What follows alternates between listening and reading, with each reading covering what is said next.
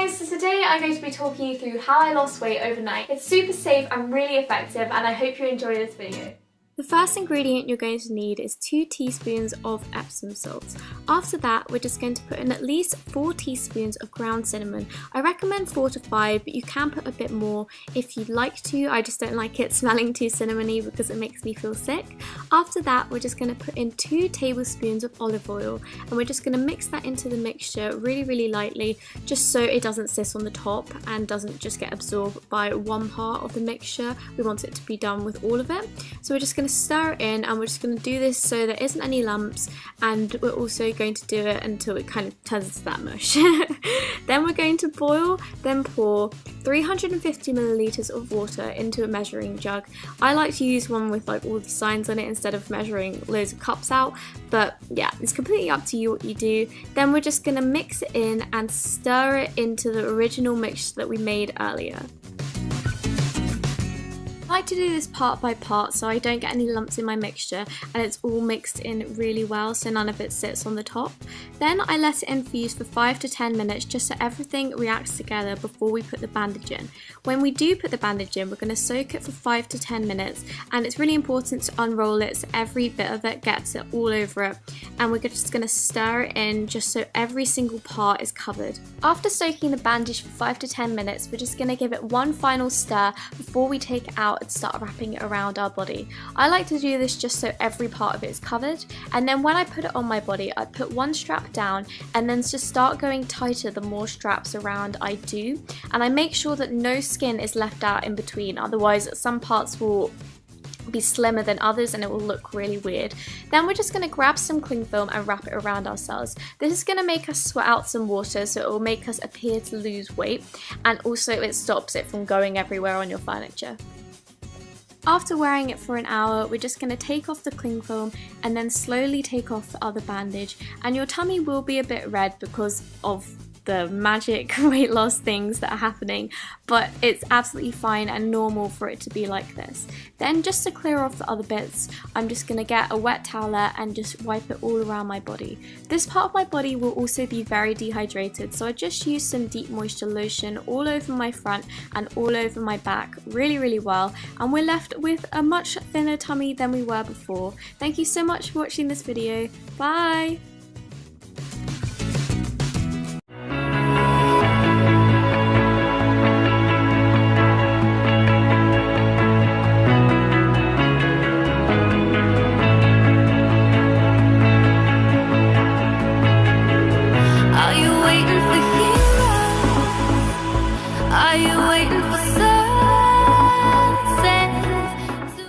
Welcome back to another Q&A question weight loss series. Today's question is about intermittent fasting, so people ask me a lot about this. I have, expressed that I think intermittent fasting is beneficial in the past, and I just wanted to talk about it a little bit today. So there's different diets that promote intermittent fasting. Like, I think the warrior diet is one where you pretty much don't eat all day and you have one meal at night.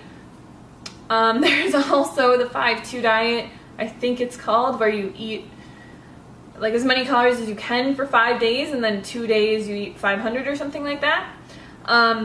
So intermittent fasting isn't like something new. It's something that we have done our whole lives. It's something that, the body naturally does. And it's not really like a diet. It's more of listening to your body, and it kind of comes into play with like intuitive eating and things like that. So if, I don't think that you should force your body to intermittently fast, but what I do think is that when you listen to your body, you'll realize that, most thin people, will listen to their bodies and fast when they're not hungry. So, like if you've ever had a friend and it's like 10 o'clock or noon or something like that, and they've just been so busy and they're just like, I haven't eaten anything all day because their body wasn't telling them to eat. They weren't hungry and they were just busy and they were focused on other things. That's kind of an explanation of intermittent fasting. So if you go to bed, or you say you stop eating, you eat dinner at 5 p.m., you wake up and you don't eat something till 8 p.m., you'd technically be intermittent fasting for 15 hours. So from 5 p.m. to 8 a.m., 15 hours, which I think 15 hours is like generally how much people will intermittent fast. The biggest thing with this though is people are very brainwashed from diets, from the media, from having to eat 10 mini meals every single day or else your metabolism is going to slow down and you're going to die, right? Like we've all heard that you need to eat 10 times a day and you need to eat consistently or your body's going to go into starvation mode. So the only thing that I really have to say about this is just listen to your body. So if you wake up in the morning and you know some diet or some person or whatever is telling you that you need to eat at 5 o'clock in the morning or else you're gonna go into starvation mode and die, but you're not hungry, like just eat when you're hungry. So wake up in the morning, drink a bunch of water, get your body hydrated, and then wait until you are hungry to eat your first meal. Your next meal, wait until you're hungry to eat your next meal.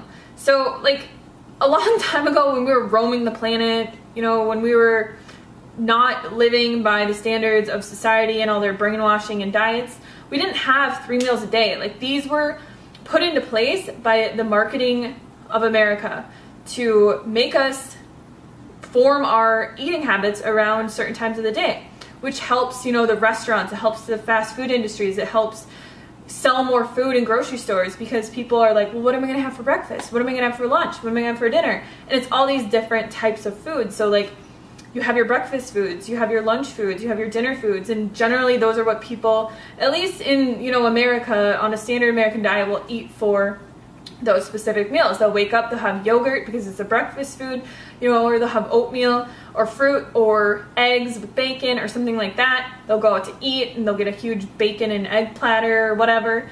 For lunch, they'll have like a sandwich or something like that they'll bring to work with like chips, or they'll have like a hot dog or something that's more of like a lunch type meal.